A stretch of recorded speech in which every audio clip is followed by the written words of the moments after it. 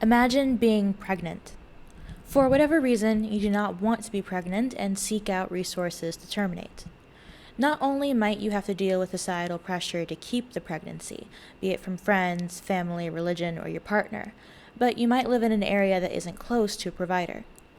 The cost of an abortion can extend to the missed time at work and travel expenses, in addition to the actual cost of the procedure. Imagine thinking that you found a clinic and managed to get an appointment. Imagine making the mistake of going to a crisis pregnancy center instead of an abortion clinic. Yeah. This is an anti-abortion activist lying to me at a crisis pregnancy center, one of thousands of fake medical clinics spreading across the country. Crisis pregnancy centers relay false and dangerous information to shame people out of getting abortions. It's just automatic that you're kind of haunted. Mm-hmm. If you're quick enough, you can get a pill that will take away what it's doing to the baby, you know? So I went undercover with a pregnant friend's urine and a hidden camera to learn what goes on inside. I went to 5, and they all look the same. There's a front desk, a receptionist, forms to fill out. You feel like you're at a doctor's office. The person in front of you clearly states, "We're not medical here." Yeah, we're more very mild diagnostic, not any kind of care. but they have you take a pregnancy test So I checked it out, and you would be almost 8 weeks pregnant tomorrow. and relay a lot of medical information. The problem is that it's false, which you'll see fact-checked on screen in real time. We have been leaning towards abortion. Mm-hmm. Well, some of the ladies that have abortions, they get scar tissue in their fallopian tissues, and then they can no longer ovulate. I mean, they ovulate, but they can no longer get pregnant in a natural way. Mm. So sometimes that's a problem. Infertility is a huge problem after abortions. There's also some bleeding problems. There's problems with the abortion pill, with the amount of progesterone or estrogen or whatever it is that they give you. Got it. And there is a pill that if you decide to take it and change your mind, if you get to it soon enough, there's a pill to reverse that. What kinds of emotional problems? Like depression, inability to sleep, anorexia, sometimes bulimia. It's just all of these bad feelings they have about themselves come out. And so sometimes it comes one way, sometimes it comes another, suicidal. There's been an awful lot of suicides. I would think there's less chance of physical and emotional problems if you do have a child.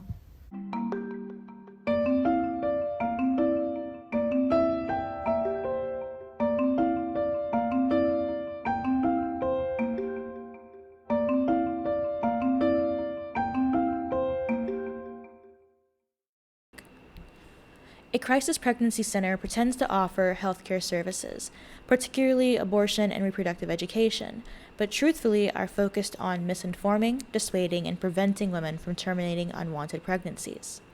They accomplish this by playing up a clinic aesthetic, such as having clinic in their name, having employees wear lab coats, and being located close to real reproductive health centers.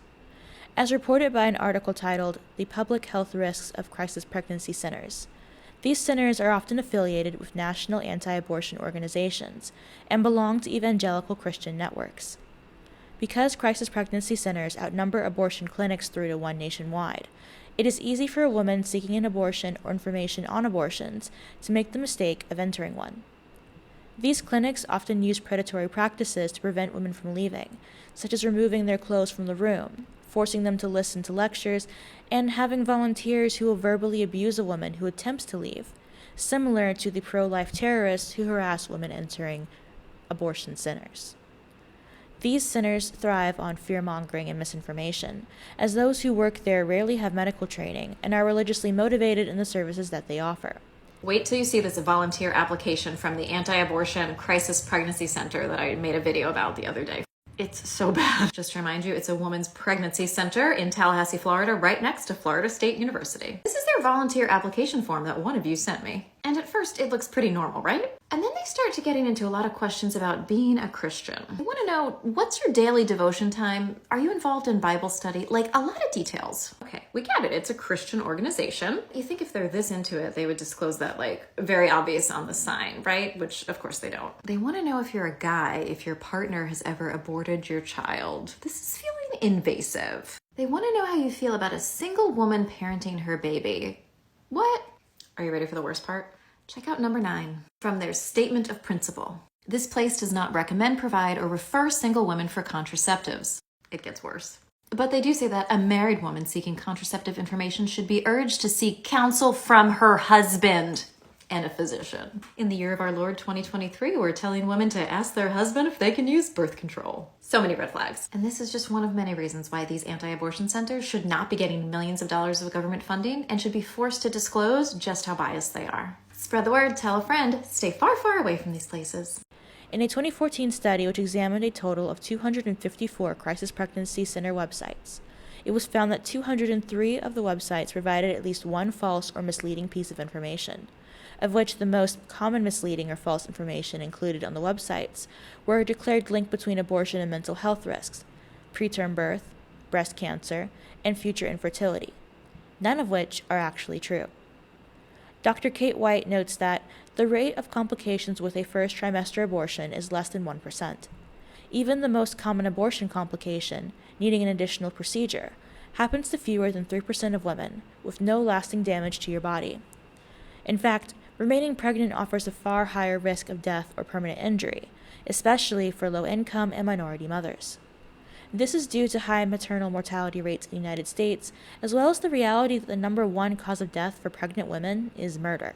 You are correct. A recent study found that women who are pregnant and women who are 6 weeks postpartum in the U.S. are twice as likely to die by homicide than pregnancy-related causes. 2/3 of the deaths occurred in women's homes, suggesting that an intimate partner was involved. The most troubling part is that pregnant black women are 8 times more likely to be killed by their partner than non-pregnant black women. Also, pregnant black women are more likely to be killed by their partner than non-black pregnant women. In conclusion, men, get your act together. If you can't treat a woman right, don't be in her life. The earlier an abortion is, the less risk of complications there are. Time is also of the essence with the tight restrictions on the availability of abortions. Misconceptions are spread via the media, which likes to portray abortion as a harrowing, deadly experience that women tend to regret, instead of the reality of the procedure, which is actually quite simple, and the relief that most women feel afterwards. This is only made worse with the active misinformation spread by pregnancy crisis clinics. The purpose of the misinformation is to dissuade a woman from aborting or to delay her for long enough that it is no longer an option, but preventing her from going to her scheduled appointment or by waiting too long and being legally unable to obtain one. This is especially insidious given that these centers affect women suffering from poverty line the most. Women who are young, poor, or women of color, or all three, are then sucked into a cycle of poverty as there are few resources available to deal with the long-term cost of an unplanned for child. Arguments that the embryo, which does not feel pain when aborted, despite what these clinics claim, takes precedence over the reality that there will be a child at the end of a pregnancy. The same individuals which pressure women into having unwanted children also oppose welfare programs which will provide for those children and families. These centers themselves oppose the funding of programs that might offer assistance. As a CNN article on the topic noted, more than a dozen states devote some of their budget to funding crisis pregnancy centers. About half of those states distribute federal money intended to help needy families to the centers. The Texas government is sending over $100 million to anti-abortion pregnancy centers and nonprofits meant to help needy families. But our investigation with CBS News found that the program is marked by wasteful spending with tens of millions unaccounted for and very little oversight. Here's some of what we found. State funding in Texas has increased from $5 million in 2005 to $140 million in 2023. But now that abortion is largely illegal in Texas, lawmakers have rebranded the program, which was formerly called Alternatives to Abortion, to Thriving Texas Families. They say the idea is to help support families that are affected by the state's abortion ban. The program pays 4 main contractors. Our reporting found that Texas Pregnancy Care Network pays a network of subcontractors certain fees for providing services. For example, subcontractors can make $14 for distributing a couple of diapers, and in some cases, taxpayers are paying this amount even when the subcontractors got the items for free. Distributing a single pamphlet can net the same $14 fee. Our investigation found instances where some organizations are making so much money in the program, they have money left over and others are buying land. The executive director of Texas Pregnancy Care Network said that what the network's subcontractors do with the dollars in their bank accounts is not connected to the Thriving Texas Families program. She said once the network pays those subcontractors, it is no longer taxpayer money. But the state's Health and Human Services Commission, which oversees the program, said they disagree. And in fact, those funds are taxpayer dollars. Despite all of this, some Texas Republicans want to give the program even more money. Are you concerned that this program is ripe for fraud? No, I'm not. We should be giving them more resources, not less. The Health and Human Services Commission has never thoroughly evaluated the program's services in its nearly 20 years of existence. At least 18 states are directing taxpayer money to anti-abortion pregnancy centers. In January, the U.S. House passed a bill allowing for federal dollars to be directed to these centers. The bill is currently pending in the Senate. We will continue to report on this topic, so if you've worked at one of these anti-abortion pregnancy centers or you've been a client to one of them, please feel free to reach out to us. And to read more about our investigation, go to the link in bio. This is exemplary of a widespread disdain for low-income women with children, which focuses solely on the woman's role in reproduction, with the children serving as a punishment for sex. While the woman's sexual habits or race are blamed, the men involved are never the focus, and the children are punished by proxy when resources are withheld to punish the parents. The core issue is that pregnancy is viewed as a punishment for women who have sex, and pregnancy is viewed as the main purpose of being female. Meanwhile, the reality that pregnancy cannot occur without male emission, the average age gap in a teen pregnancy relationship, or of the lack of responsibility that men play in the creation of an embryo are almost always left out of the conversation. When properly educated on safe sex practices, such as condom use, birth control, and other options, the number of unwanted pregnancies, particularly teen pregnancies, declines dramatically. The quality of life of both the mothers and children resulting from unwanted pregnancies are of no concern to these clinics or pro-life terrorists, as is obvious by the many women who have suffered due to the overturning of Roe v. Wade. While many like to argue that exceptions will be made for ectopic pregnancies or cases of incest or rape, this is not the case. Ectopic pregnancies were supposed to be a clear exception to abortion bans in Texas. People are having their care delayed and denied by certain hospital systems until the doctors can 100% diagnose that they have an ectopic pregnancy. Because when you put extreme penalties on doctors for performing abortions, this is what happens. Kelsey Norris de la Cruz tried not to cry as the doctor in the delivery room delivered one of the most frightening diagnoses. She was told that she likely had an ectopic pregnancy, a highly dangerous condition where the embryo implants outside of the uterus, and without immediate treatment, the fallopian tube, which is where most ectopic pregnancies implant, can rupture. But when doctors at Texas Health Arlington Memorial Hospital evaluated her last week, they refused to terminate the pregnancy, saying there was some chance the pregnancy was still viable. Instead, they advised her and her mother to go home and wait.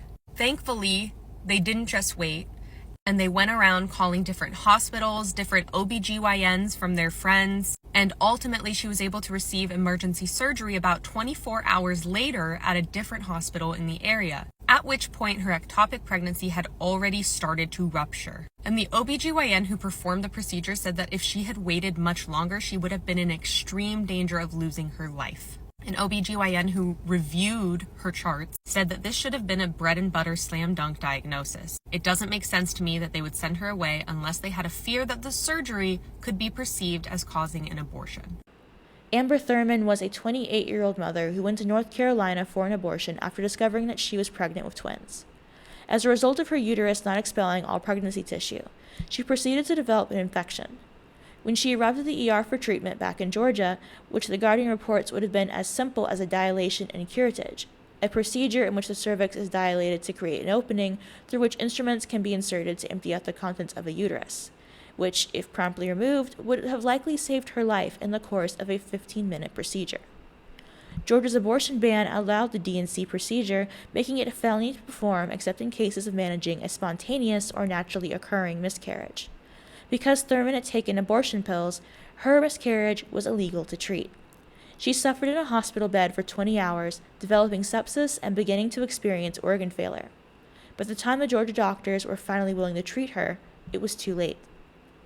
Her case is only notable in that her name was attached to it. Many women are facing a loss of fertility, health, or their lives as a result of these laws. In addition, many healthcare providers are leaving states with draconian laws on abortion in order to prevent being placed in a position which would leave them having to choose between letting a woman die or going to jail themselves. This doesn't just affect women who don't want children, but creates maternal healthcare deserts which increase the risk of complications in childbirth. So-called pro-lifers do not care about the sanctity of life.